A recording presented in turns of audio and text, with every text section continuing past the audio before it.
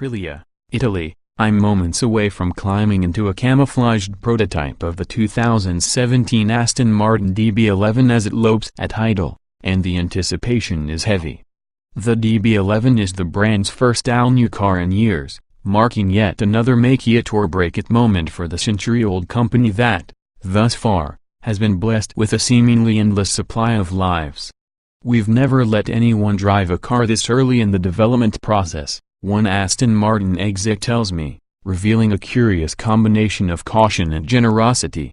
The final production version won't be ready for 3 months, but this car, which is internally referred to as a verification prototype, is 2 steps away from the end product.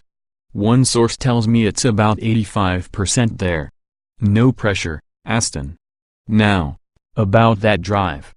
But first, some backstory. The DB11 is the first new Aston Martin under the watch of CEO Andy Palmer, marking one of the final nails in the coffin of the Nürburgring racing, German-inflected reign of Dr. Ulrich Bez. The old boss was notorious for leaving his personal signature on driving dynamics, having been responsible for the development of icons such as the Porsche 993.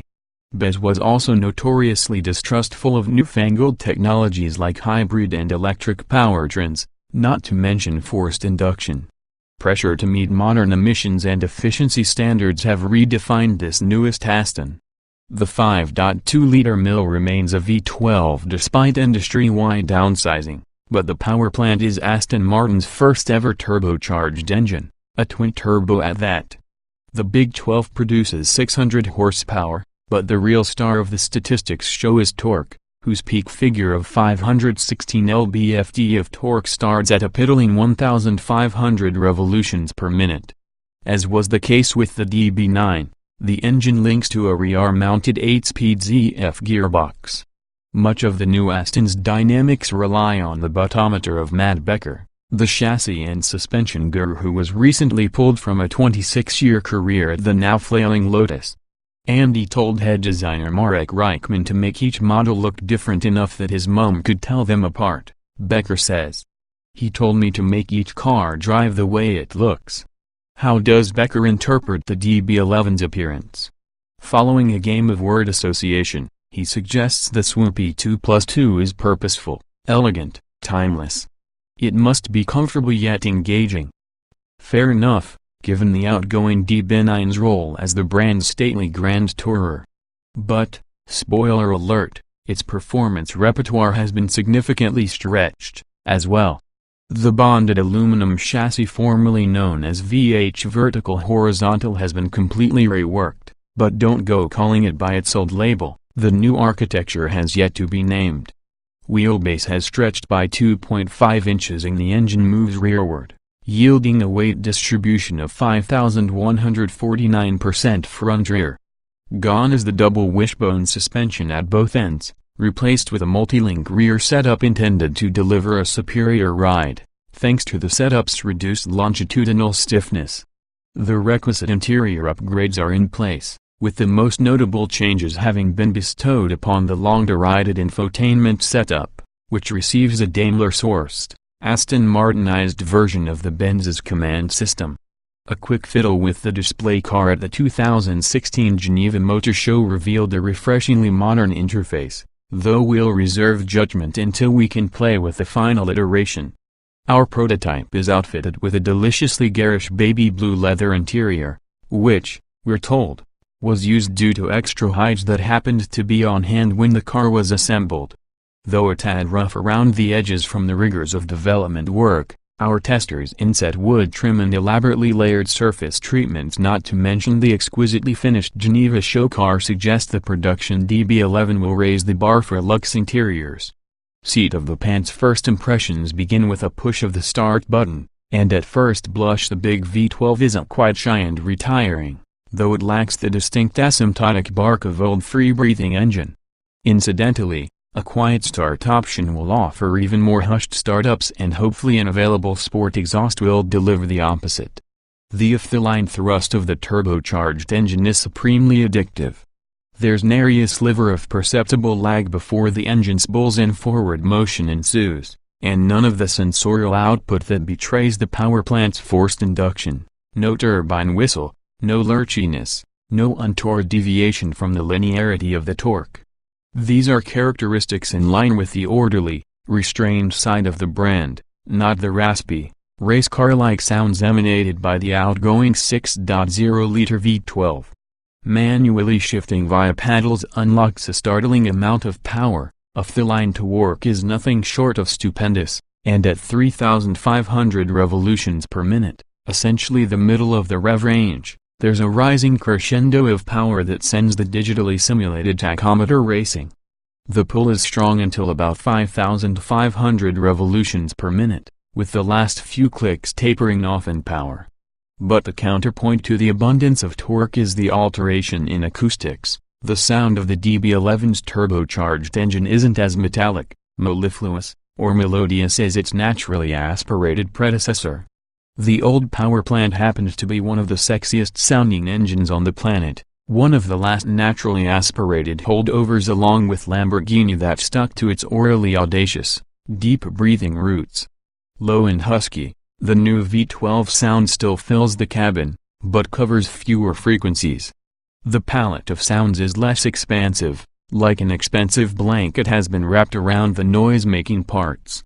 The DB11 feels considerably quicker than its predecessor though as it pushes through the rev range official specs estimate 0 to 60 miles per hour in roughly 3.7 seconds, while the outgoing DB9 GT did the deed in a claimed 4.5 clicks. The DB11 tops out at 200 miles per hour but within those last few thousand RPM where perhaps a minority of Aston Martin owners will find themselves, there isn't quite the emotional, life-affirming sense of completion as the virtual needle kisses red line. But the thrust is also undeniably appealing, offering a pleading counterpoint to the slip in sensuality.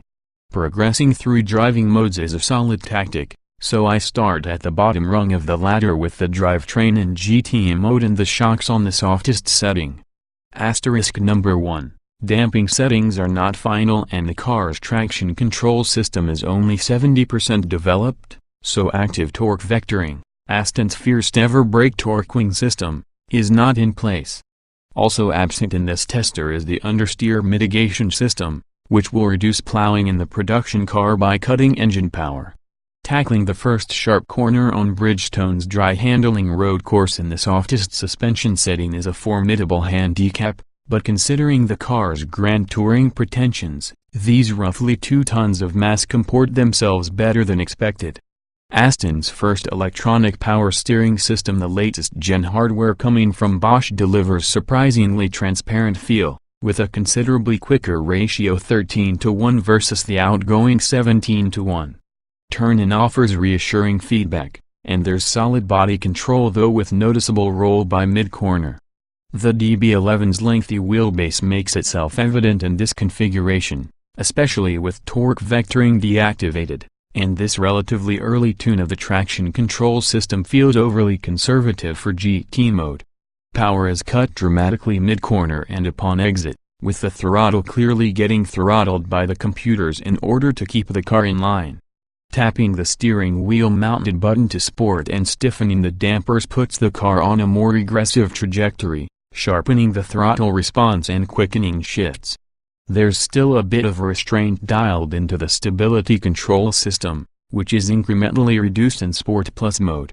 Finally, with suspension in its stiffest setting and traction control off, the DB11, at least in this pre-production state, comes into its own. The nose finds a corner easily, and though there's still an understeer tendency in slower corners, throttle jabs rotate the car and send the tail toward the exit, instigating easy power slides from the sticky-eared progressive Bridgestone S007 tires. A run at the course's wet track reveals solid grip from the Bridgestone rubber. The DB11 will come equipped with a standard summer S007 compound on 20-inch wheels, or an optional LM001 formulation for winter driving. Becker carves floor drifts in the wet and makes it look easy, but when I take a stab at the task, the still in progress damping settings and the aggressive rebound rates make the DB11 snap sharply back into place after the tail kicks out, a bit too exciting for my taste, especially since there's only one prototype on hand to play with.